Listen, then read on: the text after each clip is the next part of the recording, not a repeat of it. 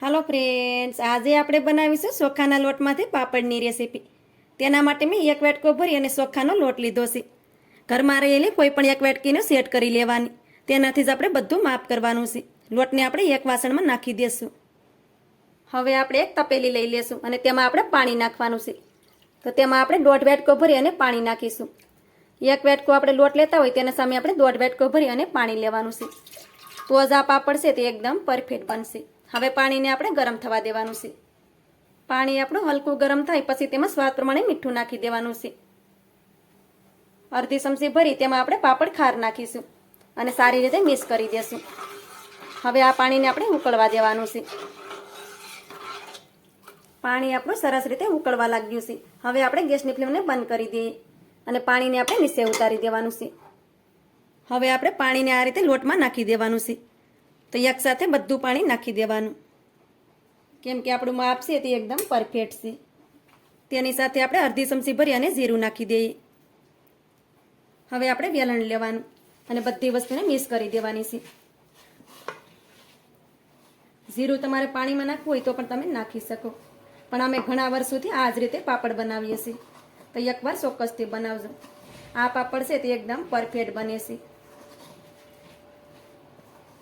આપણો લોટ કોરો ના રહે તેવી રીતે આપણે મિક્સ કરવાનું છે. પાપડ બનાવવા માટે આપણે બધું માપ પરફેક્ટ હોવું જરૂરી છે. તો જ પાપડ છે તે પરફેક્ટ બને છે. આ રીતે તમે જોઈ શકો છો કે બિલકુલ પણ આપણો લોટ કાંઈ પણ કોરો નથી દેખાતો. લોટને મેં સારી રીતે મિક્સ કરી દીધો છે. હવે આપણે તેજ તપેલામાં 2 ગ્લાસ જેટલું પાણી લીધું છે. તેને આપણે ગરમ કરવા માટે રાખી દઈશું. પાણી ગરમ થાય છે એટલી વારમાં આપણે લોટને પણ બાંધી લેશું. આ રીતે હાથેથી મસળી અને લોટને આપણે બાંધી લેવાનો છે.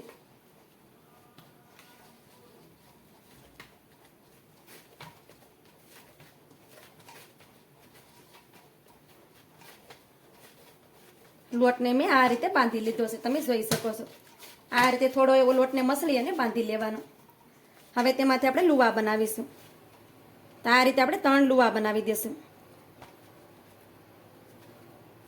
પછી તેને હાથમાં લઈ આ રીતે ગોળ ગોળ કરવાનું છે. આ લોટ છે તે બિલકુલ પણ હાથમાં ચોંટશે નહીં. તમે જોઈ શકો છો કે હાથમાં તે બિલકુલ પણ ચોંટતો નથી.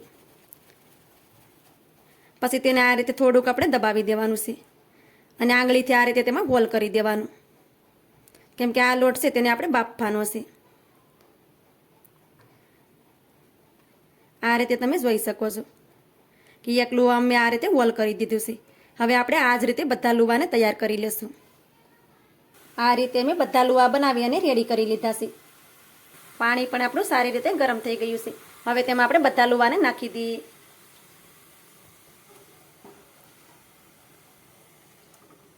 આ રીતે મેં પાણીમાં બધા લુવાને નાખી દીધા છે. ઉપરથી આ રીતે ઢાંકણ ઢાંકી દેવાનું અને થોડું આ રીતે ખુલ્લું રાખવાનું. હવે આપણે લોટને 10 મિનિટ સુધી બાફી લેશું. લોટને આપણે ફૂલ ગેસ રાખીને 10 મિનિટ સુધી બાફી લીધો છે. હવે આપણે ઢાંકણ ખોલી લોટને શેક કરી લેશું. લોટ બફાઈ જશે તો આ રીતે લુવા છે તે ઉપર આવી જશે. ગેસની ફ્લેમને આપણે બંધ કરી દઈએ અને બધા લુવાને આપણે કાઢી લેવાના છે.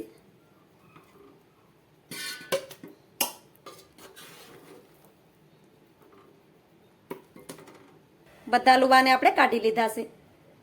હવે આપણે આ લુવાને ઠંડા નથી કરવાના. આ લુવાને આપણે ગરમ ગરમ જ મેશ કરી દેવાના છે. તેના માટે મેં આ રીતે લાકડાનો દટો લીધો છે, જેનાથી આપણે રોટલી અને ભાખરી શેકતા હોય, અથવા તો પાવભાજી મેસર હોય તો તે પણ તમે લઈ શકો. લોટને આપણે આ રીતે સારી રીતે મેશ કરી દેવાનો છે.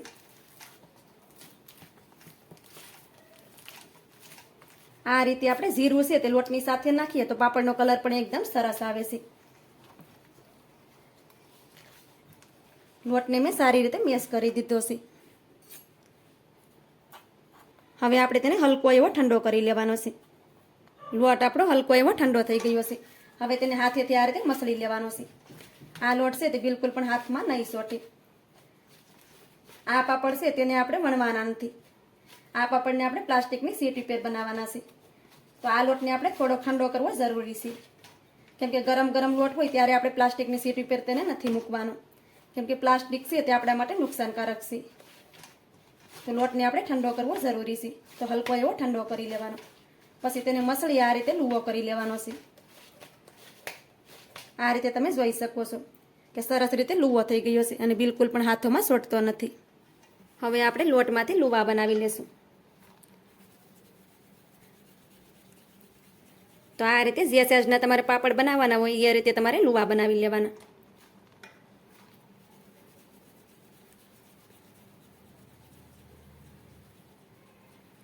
તો અત્યારે મેં એકસાથે બધા લુવા નથી બનાવ્યા, 2 લુવા બનાવી અને રેડી કરી લીધા. તેને આપણે સાઈડ પર રાખી દઈએ.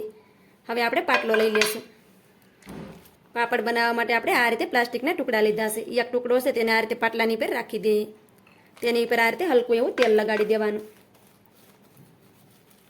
હવે તેની ઉપર આપણે એક લુવાને રાખી દઈએ. બીજો લોટ છે તેને આપણે આ રીતે ઢાંકીને રાખવાનું છે. તેને આપણે ખુલ્લામાં નથી છોડવાનું. હવે આપણે બીજો પ્લાસ્ટિકનો ટુકડો છે તેની ઉપર પણ આ રીતે હલકું એવું તેલ લગાડી દેવાનું છે અને ઉપરથી રાખી દેશું. હવે આપણે આ રીતે ડીશ લઈ લેશું અને આ રીતે આપણે પાપડને દબાવી દેવાનું છે. આ પાપડ છે તે સહેલાઈથી બની જતું હોય છે. આ પાપડને તમે વણીને પણ બનાવી શકો, પણ વણવામાં જાજો ટાઈમ લાગી જાય છે. આ રીતે તમે પાપડ બનાવશો તો આ પાપડ બનાવવામાં ટાઈમ પણ નહીં લાગે અને તમે એકલા હોય તો પણ આ પાપડ સહેલાઈથી બનાવી શકશો. આ રીતે તમે પાપડને જોઈ શકો છો. હવે આ રીતે આંગળીથી પાપડને આપણે થોડું એવું પતલું કરી લેવાનું. આ પાપડ છે તે બિલકુલ પણ ફાટશે નહીં.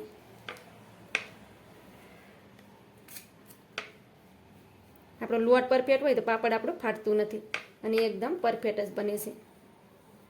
તો આ રીતે પાપડને આપણે પતલું કરી લીધું છે, તમે જોઈ શકો છો. હવે તેને આપણે સૂકવી દેશું. પાપડને સુકાવવા માટે મેં આ રીતે પ્લાસ્ટિકની શીટ લીધી છે. હવે તેની ઉપર પાપડને સૂકવી દઈએ અને ઉપરથી આ રીતે પ્લાસ્ટિકને લઈ લેવાનું. તમે જોઈ શકો છો કે તે આસાનીથી નીકળી જાય છે. હવે આ જ રીતે બધા પાપડ બનાવી અને રેડી કરી લઈએ. આ રીતે આપણે બધા પાપડ વણી અને રેડી કરી લીધા છે. તમે જોઈ શકો છો કે પાપડ આપણે બિલકુલ પણ ફેટા નથી.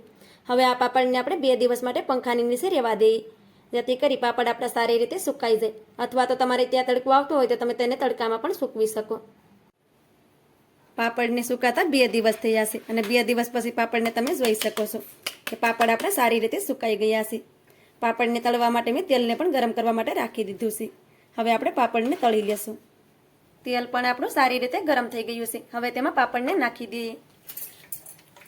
આ રીતે આપણે પાપડને તળી લેવાનું. આ રીતે કરીએ એટલે પાપડ છે તે એકદમ સીધું થાય.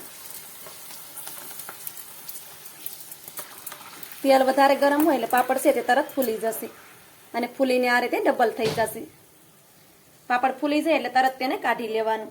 ગેસની ફ્લેમને આપણે ધીમી કરી દેવાની. હવે આ પાપડને આપણે થાળીમાં કાઢી લેશું. પાપડને આપણે વધારે પડતું તેલમાં નહીં રહેવા દેવાનું, કેમ કે પાપડ છે તે લાલ થઈ જાય. હવે આપણે બીજી વાર પણ પાપડને તળી લેશું. તો આ રીતે પાપડને આપણે તેલમાં જાય પછી આ રીતે થોડુંક ખેંચવાનું, જેથી કરી પાપડ છે તે એકદમ સીધું થઈ જશે. તેલના સાટા ના ઉડે તેનું ખાસ ધ્યાન રાખવું. તો આ રીતે પાપડને તમે જોઈ શકો છો કે બીજી વાર પણ પાપડને આપણે તળી લીધું છે. હવે તેને પણ આપણે કાઢી લેશું. હવે આપણે આ જ રીતે બધા પાપડને તળી લેશું. આ રીતે આપણે પાપડને તળી અને રેડી કરી લીધા છે. પાપડને તમે જોઈ શકો છો કે પાપડ છે તે ફૂલી જાય છે તો સાઈઝમાં પણ ડબલ થઈ જાય છે. આ રીતે પાપડ બનાવી તમે તેને 1 વર્ષ સુધી સ્ટોર કરી શકો છો.